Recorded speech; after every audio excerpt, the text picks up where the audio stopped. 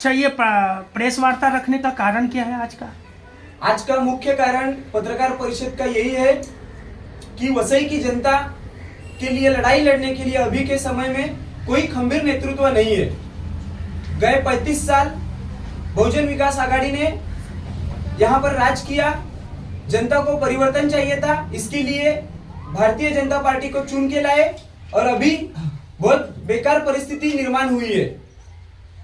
इनके खिलाफ कोई बोलने के लिए हिम्मत करेगा तो उसको झूठे केसेस डाल के उसको तड़ीपार करने के ये लोग यंत्रणा चला रहे हैं। और कौन चला रहे हैं तड़ीपार? भारतीय जनता पार्टी। अभी के समय में इनके खिलाफ विरोधी पक्ष मतलब कोई नहीं रह गया है, कोई विरोध करने के लिए है ही नहीं और सब इनके गोद में जाके बैठ रहे हैं। और इसके लिए हम सभी के लोग कम्युनिस्ट पार्टी है और बाकी के भी छोटे मोटे जो सतत आंदोलन मोर्चा करके रास्ते पे की लड़ाई लड़ते हैं, जिन लोगों का रास्ते पे की लड़ाई पे विश्वास है वो जनता हमारे साथ में आएगी।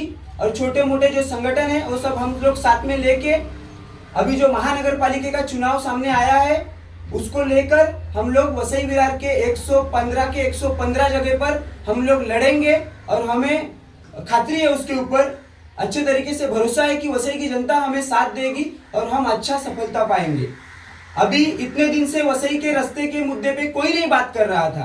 वह बहुजन विकास आघाड़ी ने बहुत बड़ा आंदोलन किया, मोर्चा निकाला, लेकिन जब आचार संहिता कल लगी तो अभी आज के रात को 12 बजे ये लोग रास्ता का खड्डा बंद कर रहे हैं, मतलब दिखाने के लिए। इतने दिन से हम लोग ने इतना बड़ा मोर्चा निकाला, बहुजन विकास आघाड़ी का मोर्चा हुआ, कांग्रेस का मोर्चा हुआ, हर पार्टी रास्ते पे उतर के लड़ रही है, लेकिन कब जब चुनाव सामने आती है तब चुनाव जाने के बाद में ये कोई जनता के लिए इन लोगों को पड़ी नहीं है। और इसके लिए हम लोग चुनाव में जीते या हारे, लेकिन आम जनता के मुद्दे पे जब आम जनता के ऊपर अन्याय अत्याचार होगा तब तक हम लोग उनके पीछे खंभीरपणे हमारा लाल झंडा लेके खड़े रहेंगे। अभी गए 2 साल पहले 7C रिसोर्ट जो टूटा, उस समय केंद्र में और राज्य में भारतीय जनता पार्टी की सत्ता थी और उस समय एक शिवसेना के नेता का जब वहां पर मौत हुई तो उन लोगों ने ताबड़तोड़ एक रात भी जाने नहीं दिए और ताबड़तोड़ रिसोर्ट को ना न्याय ना निवाड़ा, ये कहाँ का लोकशाही है। और ताबड़तोड़ पूरा रिसोर्ट जमींदोस्त कर दिया और उस भूमिपुत्र के पीछे सिर्फ राजनीति हुई गई। आज से आज तक उन लोगों को न्याय नहीं मिला। और उसके बाद में ताबड़तोड़ हमारे अरनाला का जो एक शौक लग के भूमिपुत्र का यहाँ पर मृत्यु हुआ, उसके ऊपर भी पूरी राजनीति की गई, उसे भी अभी तक न्याय नहीं मिला। तो ये सब मरे हुए आदमी के ऊपर राजनीति करने वाली पार्टियां हैं। इन लोगों के ऊपर हमको तो विश्वास नहीं है, लेकिन वसई के आम जनता को भी विश्वास अब नहीं रह गया है।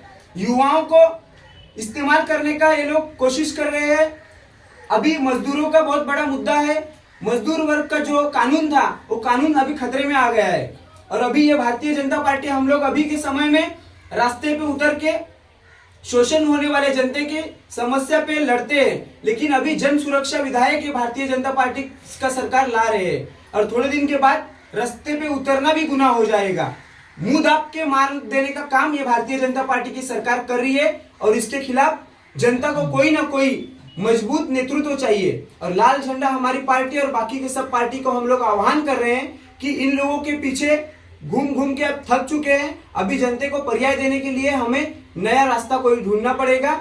ये 2 जन है, तीसरी पर्याय हम लोग तीसरी आघाड़ी तैयार करके और इस महानगर पालिका के चुनाव में हम लोग मजबूती से उतरेंगे। हमारे जेब पूर्णपणे फटे हुए, हम लोगों के पास आर्थिक परिस्थिति बहुत कमजोरी है हमारे साथ में, लेकिन हमारे जो कार्यकर्ता है वो मजबूती से लड़ेंगे।